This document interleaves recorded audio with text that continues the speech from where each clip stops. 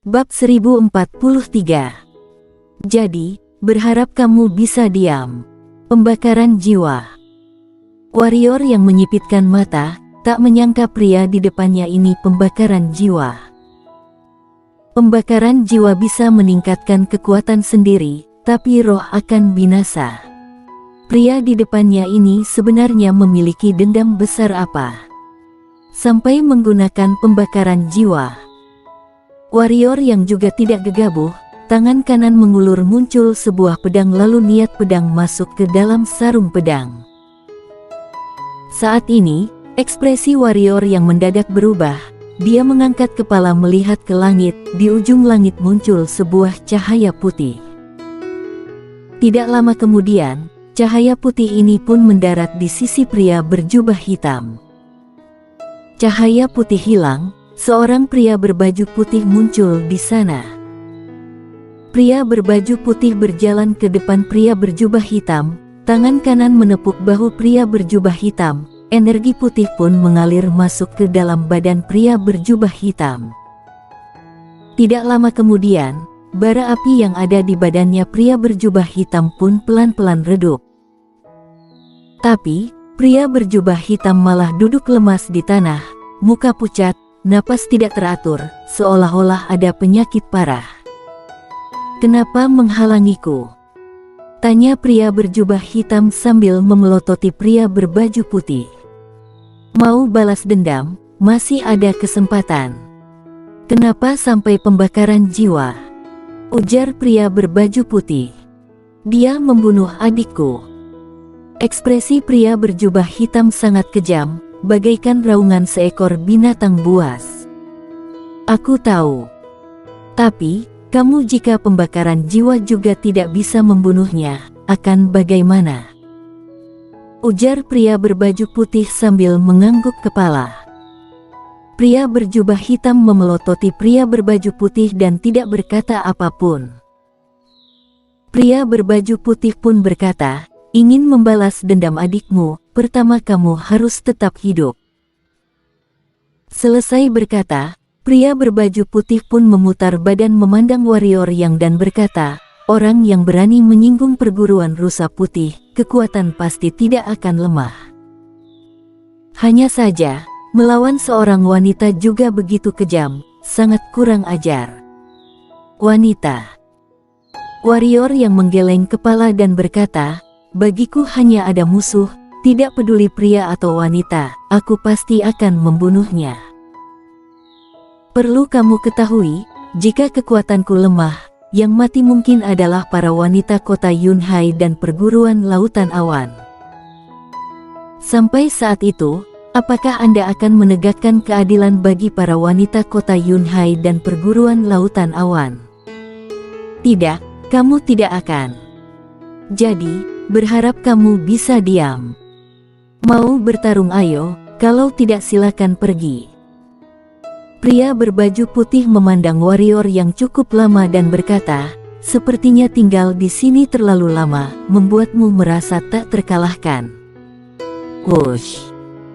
Saat ini, warrior yang mendadak menarik pedang, energi pedang seketika muncul di depan pria berbaju putih. Pria berbaju putih pun kaget, dia tak menyangka warrior yang akan langsung menyerang. Tapi reaksi dia cukup cepat, saat warrior yang menarik pedang, dari badannya muncul cahaya putih untuk menahan. Boom! Terdengar suara ledakan keras, cahaya putih lenyap, pria berbaju putih pun mundur 10 langkah ke belakang. Pria berbaju putih menyipitkan mata, tatapan dipenuhi niat membunuh.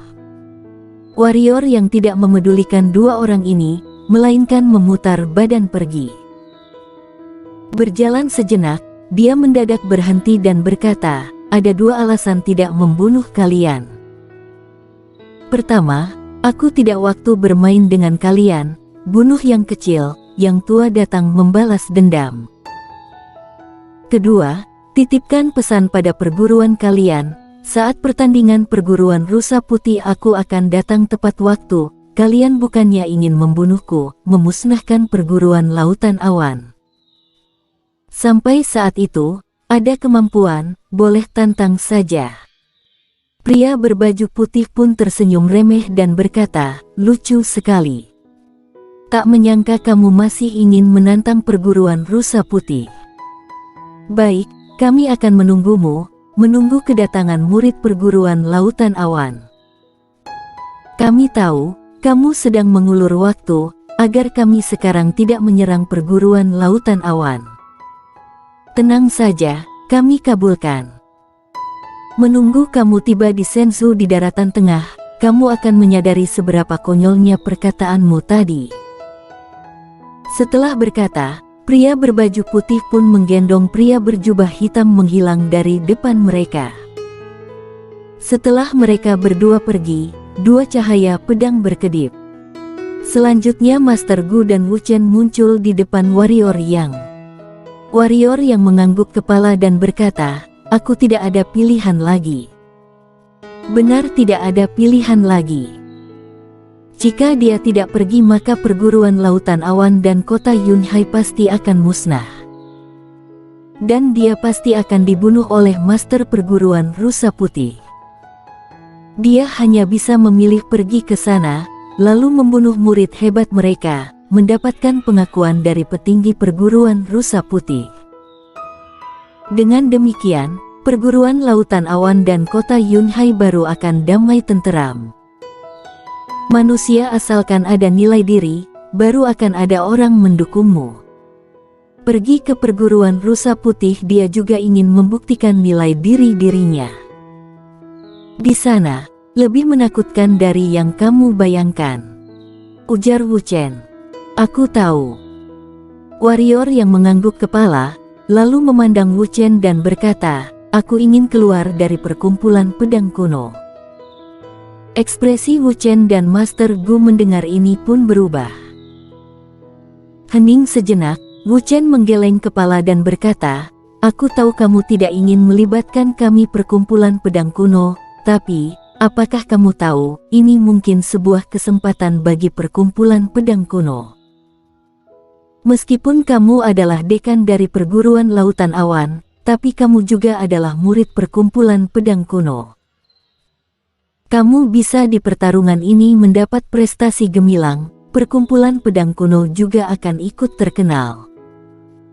Tapi aku mungkin saja bisa menimbulkan bencana musnah bagi perkumpulan pedang kuno, ujar Warrior Yang. Wu Chen berkata, tidak menghadapi susah bersama, bagaimana bisa hidup bahagia bersama? Saat ini, Master Gu juga mengangguk kepala dan berkata, anak remaja, kamu harus tahu sudah beberapa tahun ini, perkumpulan pedang kuno hanya ada kamu dan Rasya Lu, dua murid jenius. Rasya meskipun adalah jenius ilmu pedang, tapi pergi ke Senzu di daratan tengah mungkin termasuk biasa saja. Hanya kamu yang bisa menantang murid hebat di Senzu di daratan tengah. Jadi, perkumpulan pedang kuno ingin masuk ke Qingzhou, hanya bisa mengandalkan kamu. Warrior yang tersenyum paksa dan berkata, seketika merasa beban sangat berat. Senior, memberiku sedikit alat dewa, agar aku bisa meringankan beban ini.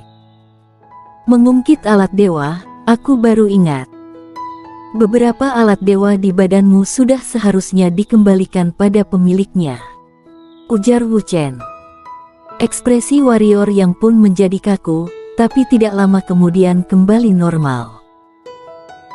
Dia mendadak berubah menjadi serius dan berkata, senior, kamu juga melihat, musuhku sekarang rata-rata adalah pendekar suci. Jika tidak ada alat dewa ini, mungkin aku bisa dibunuh langsung.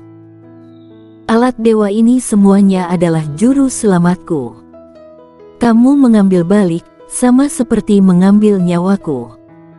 Mendengar perkataan Warrior Yang, wajah Master Gu dan Wu Chen langsung berdenyut. Wu Chen pun menggeleng kepala dan berkata, waktu itu meminjamkan alat dewa padamu sudah ada firasat, beberapa benda ini tidak akan bisa kembali. Kamu juga tidak perlu sok kasihan, kami sudah memutuskan memberikan semua ini padamu. Hah? Warrior yang pun bahagia, tapi di wajahnya seperti tidak enak menerima. Ini, janganlah. Waktu itu bilang pinjam, sekarang kalian malah memberikannya padaku. Aku merasa tidak enak hati.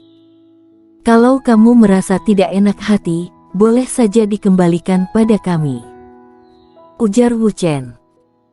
Warrior yang langsung menggeleng kepala dan berkata, ini adalah niat baik dari para senior, aku mana boleh menolak. Para senior tenang saja, aku akan baik-baik menjaga alat dewa ini. Wu Chen pun menggeleng kepala dan berkata, dasar tidak tahu malu. Warrior yang pun mengabaikannya, karena sudah mendapatkan alat dewa ini, dia pun tidak memperdebatkan.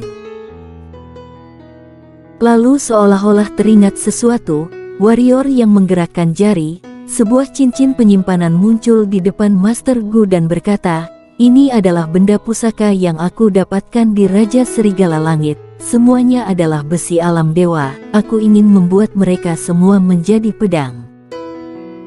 Kerohanian Master Gu memeriksa, saat melihat jumlah besi alam dewa ini, tangannya pun bergetar. Hening sejenak, dia berdeham dan berkata, dari awal tahu Raja Serigala Langit begitu kaya, aku juga mau pergi merampok. Warrior yang pun terdiam. Master Gu menghirup napas dalam-dalam dan berkata, benda-benda ini diberikan padaku adalah pilihan yang tepat. Di Kingsu hanya aku yang ada kemampuan memurnikan mereka. Kamu tunggu saja, aku membuat sebuah formasi pedang maha kuat. Haha. Selesai berkata, Master Gu langsung berubah menjadi cahaya pedang menghilang. Jika bukan karena dia tergila-gila dalam jalan pembuatan senjata, pasti adalah master pertama di perkumpulan pedang kuno. Wu Chen menggeleng kepala dan berkata, sudahlah, melihatmu baik-baik saja, aku seharusnya kembali. Jika ada perlu langsung bilang saja, perkumpulan pedang kuno selamanya adalah backingan terkuatmu. Selesai berkata, Wu Chen juga menghilang dari depannya. Melihat arah Wu Chen dan Master Gu terbang, warrior yang pun merasa senang. Tidak peduli bagaimana, perkumpulan pedang kuno sudah menganggap dia orang sendiri. Hening sejenak, warrior yang memandang ke arah wilayah utara. Kazu Lou dari Sekte Suci Awan. Masih ada setengah bulan.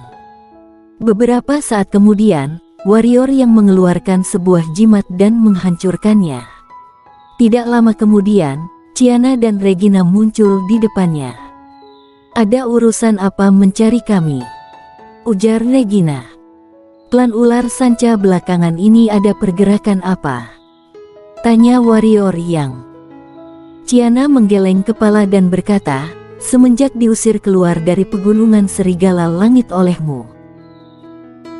Internal klan ular sanca muncul perselisihan, sebagian besar tetua mengajukan diri untuk menjalin hubungan baik dengan perguruan lautan awan, tapi karena kepala klan sekarang menolak semua ini.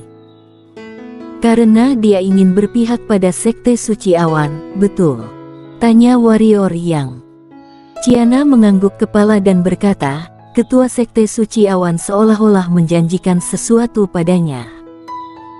Warrior yang mengangguk kepala dan berkata, ayo pergi. Pergi kemana? Chiana merasa bingung. Pergi ke klan ular sanca. Ujar warrior yang. Kamu ingin membantu kami merebut hak pengendalian klan ular sanca? Tanya Chiana. Warrior yang mengangguk kepala. Tapi klan ular sanca sekarang sudah aliansi dengan klan King Kong, kedua belah pihak berjanji akan saling menjaga. Kita. Mantap, bisa sekalian menyelesaikannya. Bersambung.